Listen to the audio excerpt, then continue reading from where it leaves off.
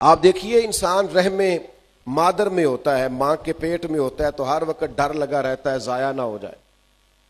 پھر یہ پیدا ہوتا ہے تو کتنی تکلیفوں سے گزرتا ہے، بالکل جب نونہال ہوتا ہے تو کیسے اسے سنبھالا جاتا ہے.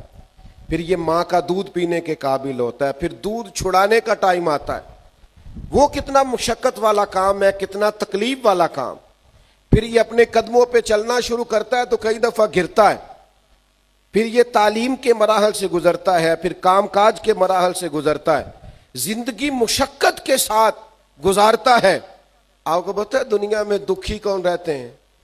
جو سکھی رہنے کے چکر میں. دنیا میں پریشان کون رہتے ہیں؟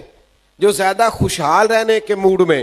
لقد خلقنا الانسان فی کبد، پیدا کرنے والا فرماتا ہے ہم نے انسان کو مشقت میں رہتا ہوا پیدا کیا ہے. اس کا خمیر مشقت ہے، اس کو جو ترکیب کیا گیا ہے جن عناصر سے، وہ عناصر مشقت سے بنے.